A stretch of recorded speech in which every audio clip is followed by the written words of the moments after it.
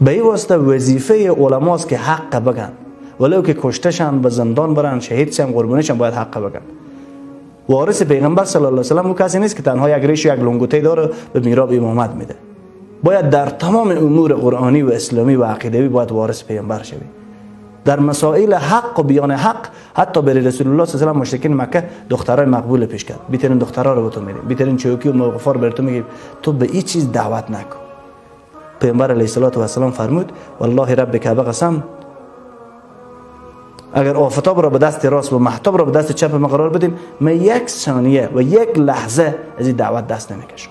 1 میلیارد مرتبه جان بدم، قربانی بدم، برای من افتخار و عزت است، نه نسبت به این ذلت که من باطل تایید کنم، زیر باطل زندگی کنم، باطل حق بگم. نعوذ بالله. الله قبل از مرگ به زبان ما سرطان بده و ما را مرگ بده که ما ناحق حق بگیم و باطل حق بگیم. نعوذ بالله. والله قسم مسئولیت ماست. جهنم بدتر از زندان هاست. والله قسم جهنم به میلیاردها مرتبه بدتر از زندان هاست.